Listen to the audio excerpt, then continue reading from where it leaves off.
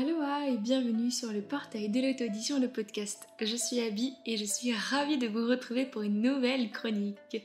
Aujourd'hui, je vais vous présenter le magazine numéro 11 de l'Indépendant. Mais avant toute chose, est-ce que vous connaissez l'Indépendant? Parce que si ce n'est pas le cas, laissez-moi vous le présenter très rapidement. L'Indépendant, c'est un magazine numérique qui est complètement gratuit. Et surtout, ce qui est vraiment très intéressant ici, c'est qu'il est uniquement constitué de nouvelles d'auteurs indés. Une fois par an, il y a un appel à texte qui est lancé et un coordinateur distribue les textes anonymement aux membres du comité de lecture. C'est sacrément bien organisé, n'est-ce pas? Ce comité sélectionne ensuite 8 à 12 nouvelles par numéro. Et ensuite, elles sont admirablement mises en page. Il y a une très jolie couverture à chaque fois qui est très bien réalisée et le magazine est vraiment complètement gratuit. Donc qu'est-ce que vous attendez pour aller découvrir toutes ces jolies plumes qui n'attendent que d'être lues? Donc aujourd'hui, je vais vous présenter un petit peu le recueil numéro 11. Déjà 11, ce qui veut dire qu'en fait, le magazine de l'Indépendant existe déjà depuis 5 ans. Et je compte sur vous pour le faire exister encore plus longtemps. Pour ce numéro, on va pouvoir retrouver plusieurs auteurs et plusieurs autrices très différents. Laissez-moi vous donner leurs noms avant tout. Mérima Hellström, Valérie Bonneau, Catherine Lamour, Elisabeth Barthélemy, Bastien Pantalé, Marie Meyel, G.E. Froideval, Cindy Coste, Benoît Toccacelli et Pascal Noget. Ce qui nous fait donc un total de 10 nouvelles pour cette édition. Alors je ne vais pas vous donner mon avis sur chaque nouvelle, déjà parce que ça prendrait un peu de temps et aussi parce que ça vous retirera du plaisir lors de la découverte de ce magazine. Mais j'avais envie de vous parler un peu de une ou deux nouvelles qui m'a particulièrement marquée au cours de ma lecture. Les thèmes abordés dans chacune de ces nouvelles sont très diverses, très variés, il n'y a pas forcément de ligne directrice. Ce qui est vraiment chouette d'un côté parce que ça nous permet à la fois de, si la première nouvelle ne nous plaît pas, zut, on passe et on va à la seconde. Et en même temps, comme c'est à chaque fois des auteurs et des autrices très différents et très différentes, et bien si un style ne nous plaît pas, on passe à la nouvelle suivante. C'est ce qui m'est arrivé là sur les 10 nouvelles, j'en ai 2 qui m'ont pas forcément plu aussi bien dans leur thème mais aussi dans leur style. Et c'est pas grave, c'est ok, de toute façon il en faut pour tous les goûts. Du coup j'ai squeezé et je suis passée à la nouvelle d'après.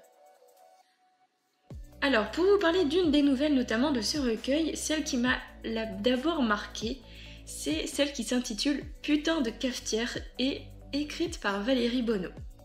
Ici, on rencontre Patrick, qui est un homme d'une 60aine d'années et qui est complètement dépassé par la nouvelle technologie. Il se réveille en retard à cause d'un réveil connecté, il veut se prendre un café, impossible parce que la cafetière est elle aussi connectée.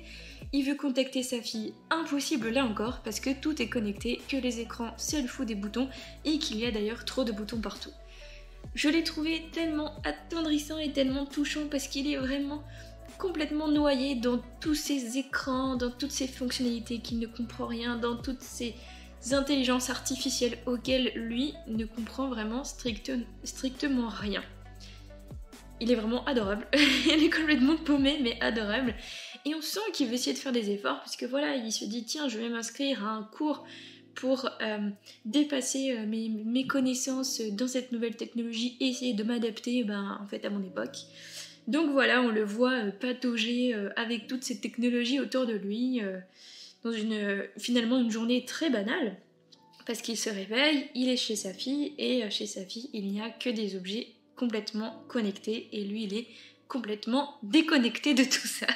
Enfin voilà, cette nouvelle-là m'a particulièrement émue et touchée parce que voilà, Patrick, le bon soixantenaire complètement déphasé, je dis beaucoup complètement, et vraiment adorable à souhait. Et une autre nouvelle aussi qui m'a particulièrement plu, c'est celle qui s'intitule Le syndrome des abysses par Catherine Lamour. Alors pourquoi? Dans le syndrome des abysses, on rencontre un jeune garçon. Enfin, un jeune garçon, tout est relatif, mais nous nous trouvons cette fois-ci dans un univers très futuriste où il y a beaucoup de voyages interspatiaux, intersidérales, interplanètes, interunivers, enfin intergalaxies quoi. Et on rencontre du coup un être masculin un peu appelé Leno qui s'est fait biologiquement, physiquement, je dirais, modifié, c'est-à-dire que désormais il a des espèces de nageoires et il a des branchies et il peut aller sous l'eau et respirer sous l'eau comme il le veut, et aussi bien sur la terre ferme que sous l'eau. Et du coup il est sur une espèce d'île de planète qui présente des reconstitutions de paysages de ce que fut la Terre autrefois. Et là il plonge très souvent dans les abysses, petit rappel au titre de cette nouvelle.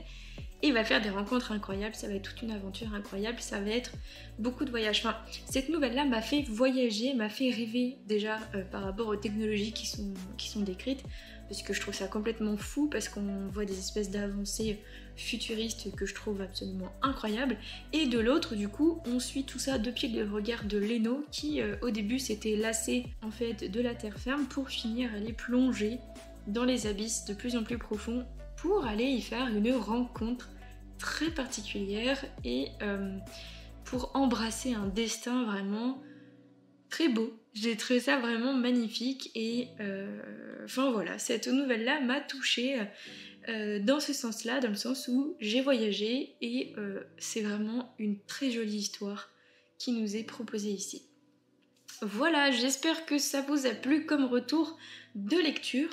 Alors évidemment, ici je ne vous ai parlé plus précisément que de 2 nouvelles parmi les 10 proposées dans le magazine de l'Indépenda. Encore une fois, c'est un magazine complètement gratuit numérique que vous pouvez retrouver sur Amazon, Kobo, Fnac, Bookelis et aussi au format PDF sur leur propre site. Donc n'hésitez pas à aller suivre leurs réseaux sociaux pour avoir toutes les informations en temps et en heure, et pourquoi pas, même si vous êtes écrivain en herbe ou écrivaine en herbe, proposez vos textes lors des prochains appels à texte. C'était Abby pour le portail de l'auto-édition, le podcast.